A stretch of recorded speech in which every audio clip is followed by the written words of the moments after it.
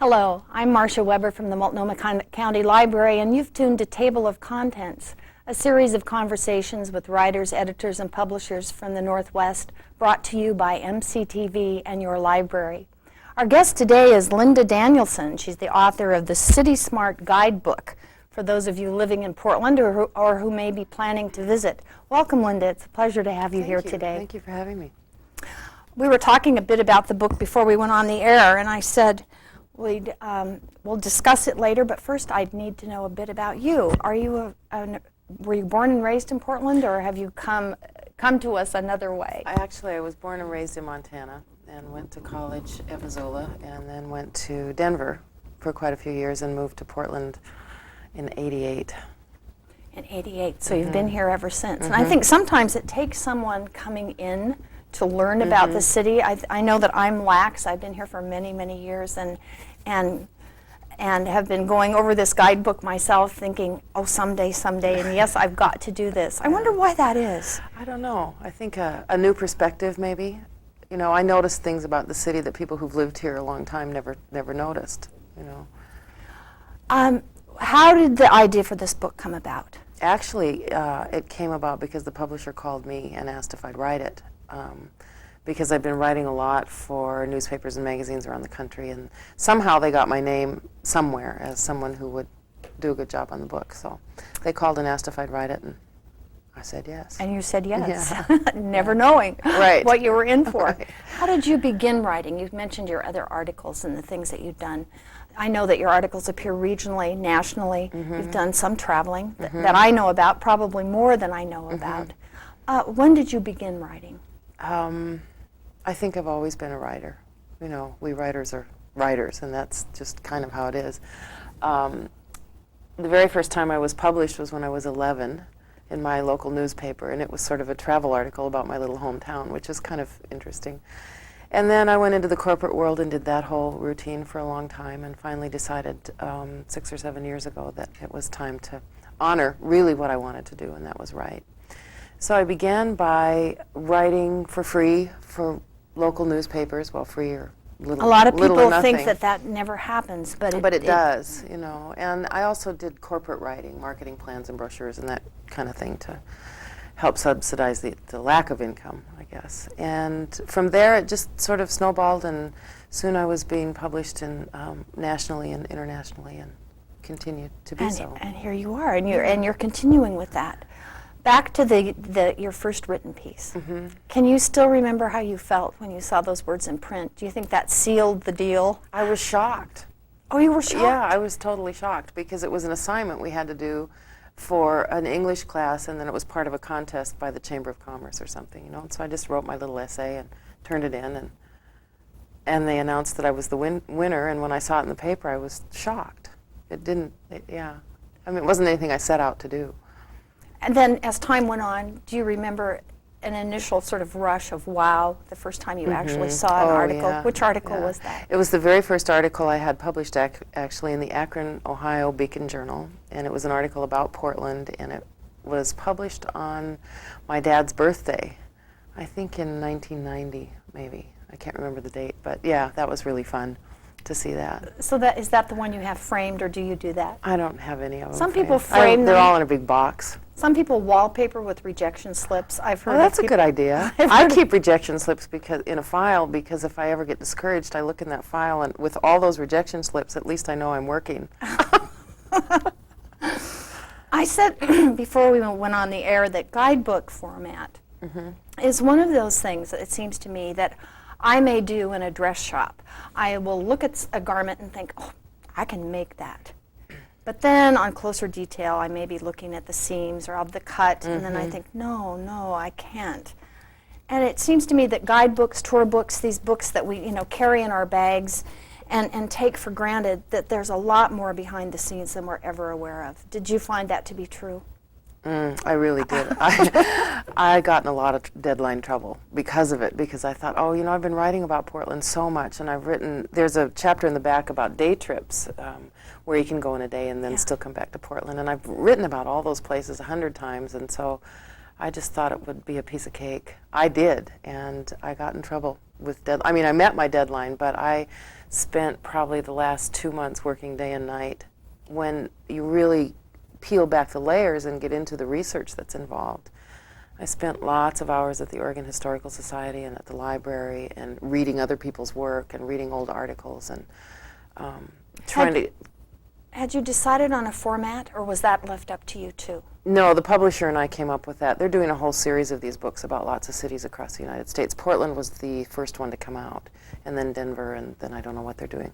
But they had a fairly detailed outline of how they wanted the chapters to be. And then through the process, I was able to tell them, I think this chapter needs to be here, and this one should go in the back. And talk them into letting me do a whole chapter on microbrews because the microbrewery industry is so big in Portland. And was that fun? Oh, that was great fun. Did you visit all the microbrews? Most of them, yeah, and I have in the past, you know, because I've been writing about beer a lot for national magazines, so that was a really fun chapter. One of my delights are the maps. Now, as a lifelong, not lifelong, but a long-time Portlander, you wouldn't think that I would need this. But I do, because I'm the kind of person that looks across the river and sort of puts Lloyd Center, let's say, into in my mind's eye, and I kind of aim. I aim for areas, but these are very, very explicit and good. So that's, there's a wealth of information. It would take how many years to see all these places I don't know. that you I don't know. took care of? Oh, I bet if you took 2 hours a week, Saturday morning, you could probably do it in a year. Now, you mentioned the Oregon Historical Society. There are little historical tidbits in almost every one of these. And did you ever find yourself sort of getting caught up in the research and forgetting what you were doing? Yeah. I wanted to write so much more about the research, the history, the color that is in Portland's past, from the life on the river to Shanghaied sailors and brothels and madams and lumber barons. It's all very intriguing. However, most people that are going to use the book want to know where to go and how to get there. So there is quite a bit of history in the beginning of the book. But did you keep all your notes? I mean, did you find Yeah. begin an idea file? Or And other articles have sort of evolved from it. There's a great section on parks. Do you have a favorite? Did you have a favorite? I like all the parks. The Beverly McCleary. Beverly Cleary Park. Yeah. Or the statue in Grant Park. Right, in Grant Park, yeah. I think that's a really neat story that's where she conceived the characters for her books, and not many people know that.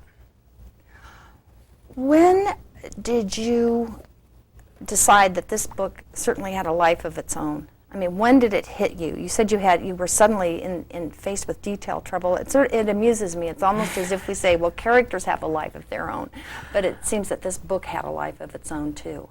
When did you feel that initial? Can you remember the day, the hour, the oh my gosh feeling?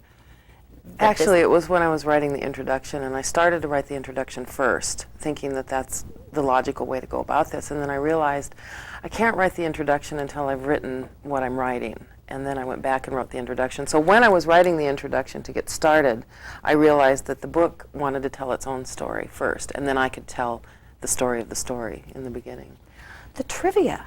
Now, does that come from Oregon Historical Society, or a lot of does, your own? And a lot of it comes from talking with people, interviewing historians, and some of it's in print in books or magazine articles. And we've got a timeline, cycling the city, that's a big one. Did you experience, I mean, bicycles seem to be more and more on the roads. Did you try? Are.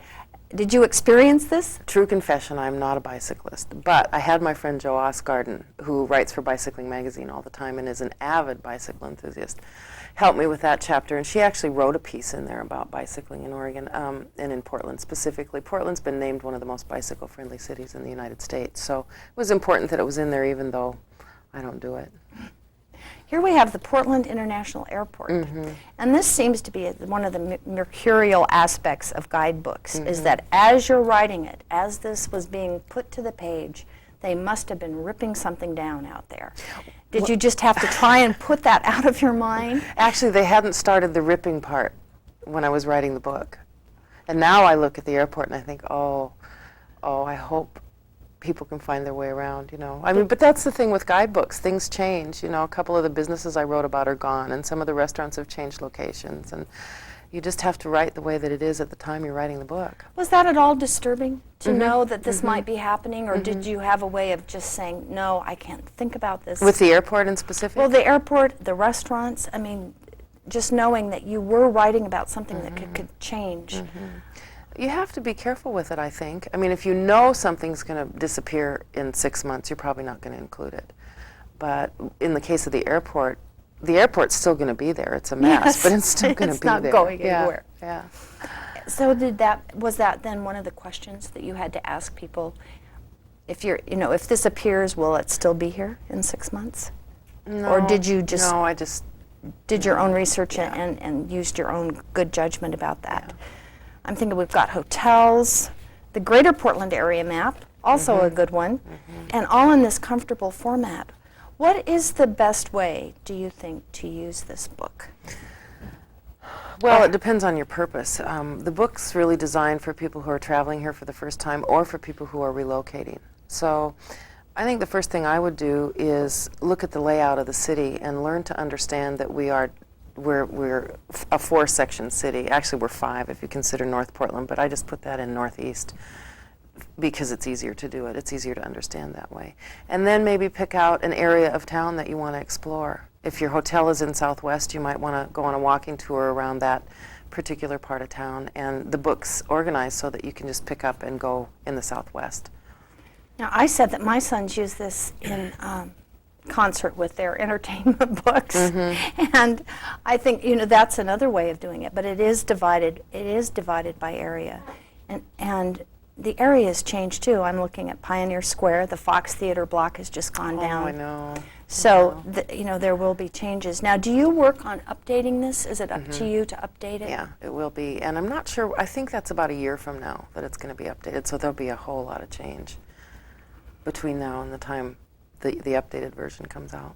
When a guidebook is updated, I know you haven't begun working on it yet, but is it done with the understanding that much will remain the same, but those things that have disappeared are things that have changed, or is it a whole new guidebook? No, it won't be a whole new guidebook. I'll probably change some introduction and some of the flavor of it just to refresh it.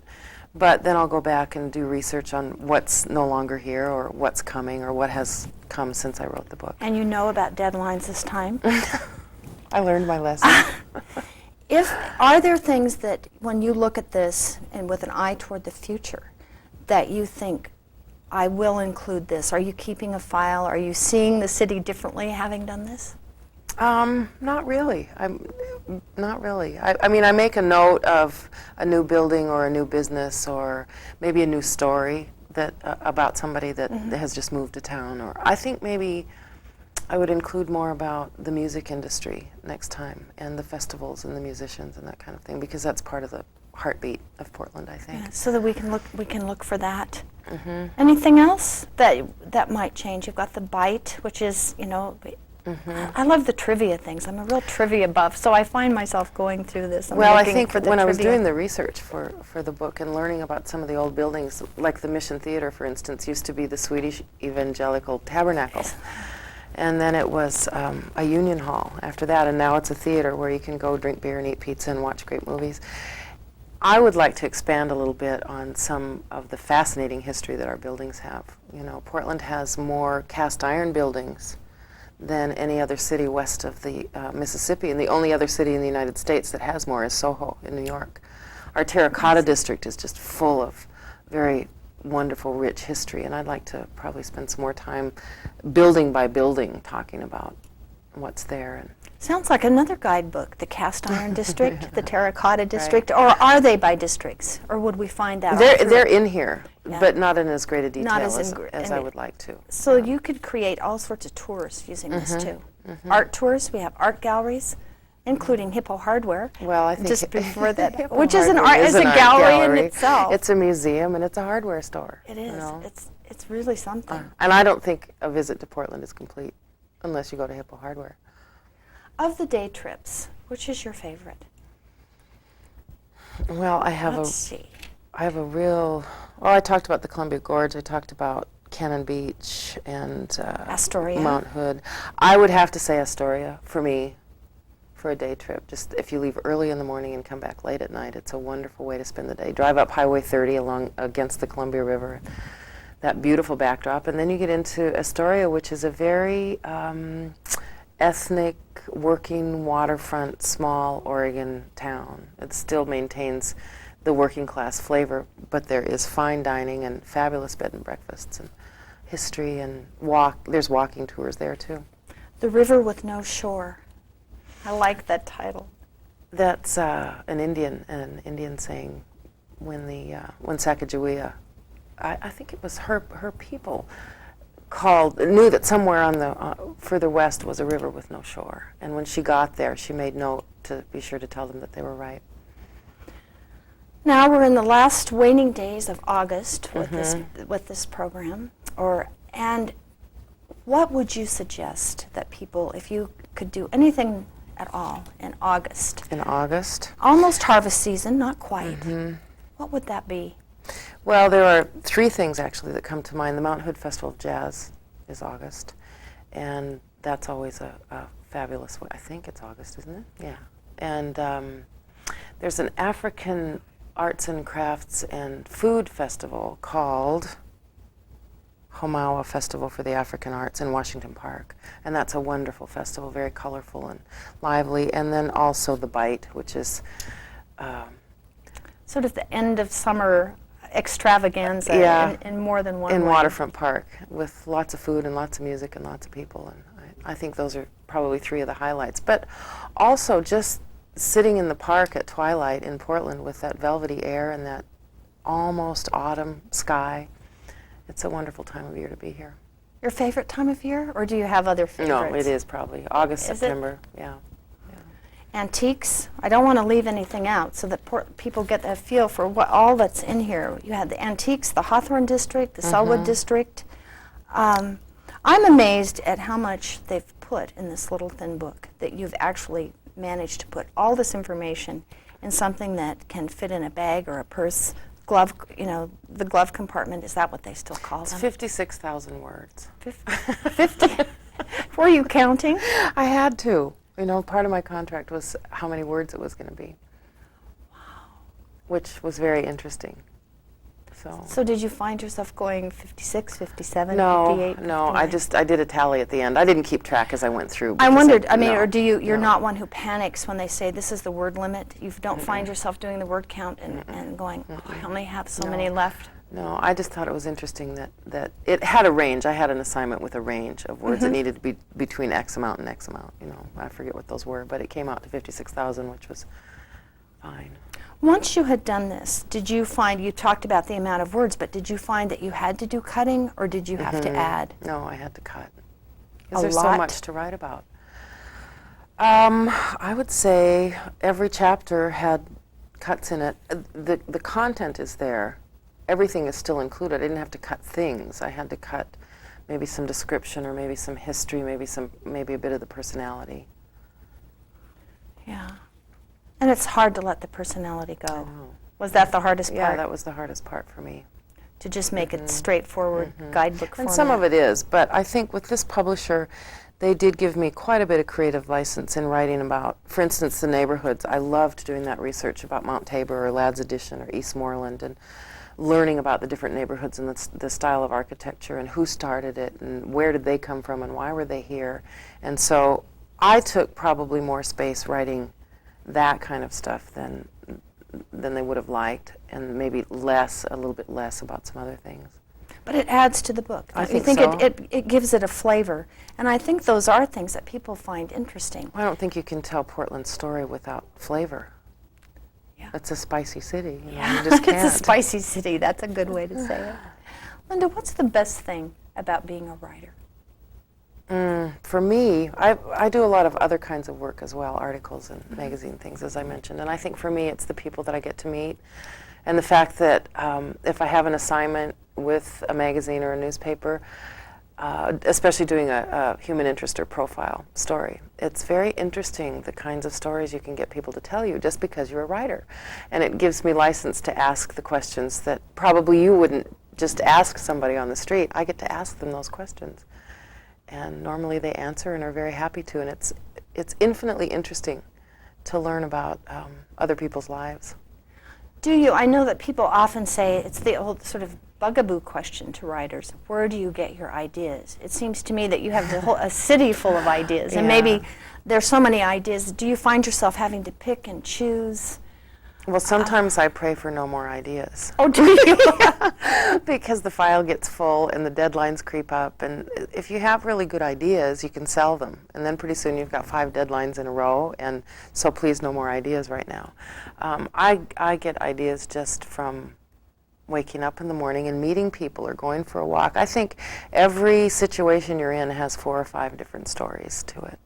It's just a matter of really looking at it, engaging what's really happening here, or what is the story here, and then underneath that there are a couple other stories usually. And this is a more technical writing question, but I know from people who've spoken to me who watch this program that they are interested in how writers proceed. I mean, it is a business. There's certainly the creative aspect and the writer's eye, which gives you your ideas. But you said, if I have an idea, I can sell it. Now, I understand what you're saying, but I think that sometimes people forget that you're not sitting down and writing all of these articles and sending them every which way, that you're actually proposing these ideas, correct? Right, that's how I do it. And I have now the great good fortune of having a couple of editors who like my work and want my work. So now it can be a phone call and say, I was thinking about writing a story about this. What do you think about that? And then we'll brainstorm a little bit. In the beginning, it was not that way. In the beginning, in fact, beginning writers are advised to write the article and send it out. I don't agree with that, not even for beginning writers. What do you suggest? For beginning writers?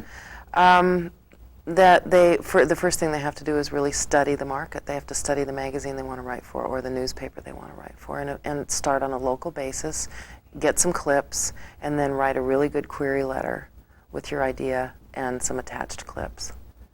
When you say study the market, I know that some people say, I just want to write. I don't want to have to do that. But it seems to me that that's so important, because you meet people who say, I wrote this article, I've sent it here, I've sent it there, and it's on aviation.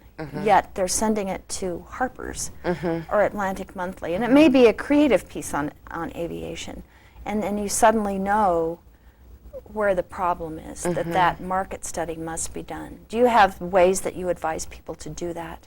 Well, again, it's studying the magazine. And if I'm going to target a new magazine, one I've never written for before, I'll take a year's worth of copies. And you don't have to read every single word, but at least read what the editor has written, read the table of contents, and read a little bit of each of the articles so you get the flavor for what they're looking for. Then stylize your query letter to match that flavor. So you choose the magazine first before you send? It depends on what I'm doing. See, now I'm not querying much now, So, lucky person. Well, my day will come again. I mean, it's very cyclical. Some months are really good and some are bad, and it's a continual sales job, really, as much as writing. And a balancing act, isn't it? Because as you say, there are good months and bad months. And but you have to also know about how to balance all the different projects you have going on. I'm writing, I think, 3 or 4 articles right now, and a video script, a brochure, and an ad campaign for a retirement complex in Seattle. So. And do they ever begin to cross in your head? No. You have no method? Tell us the secret. I don't know. The method for maybe they do, and I just don't know it. Keeping that all straight, but I have to have a calendar, and I have a wall board and deadlines written down, and on Tuesday I work on this, and Tuesday afternoon I'm going to do that. And do you ever find yourself working on one piece and suddenly thinking about another? And I have a log beside my computer, is that what you do? I'd have to jot it down then, but continue the focus on what it is I'm currently working on. I think my mind works in different levels. All of ours do, I think. Now give me that. Multitasking. Give me that list again. Which one? 3 articles. Oh, I already forgot. Is that it? A brochure, an ad campaign for a retirement center, and a video script. So this is the life of a freelance writer. And there aren't any hours. There aren't any vacations. But you know, it's Fenton Johnson, who wrote Geography of the Heart, which is a fabulous book, Yes. told me one time that he wants to live that way. He said it's a full circle. You know, my writing is my life, is my, how did he say? Work is my life, is my life, is my work, is my life, is my work, and it's all in a big circle. And I think I sort of adopted that attitude. And you're managing. Sort of. Sort of. When can we look for the updated? I'm not discounting this. You know, I'm No, please encouraging don't. people. Yeah. Please don't, Yeah. she says. Encouraging people to look for this. Well, it'll still be the City Smart guidebook to Portland. When can we look for an updated one? In another year or I so? think in about a year.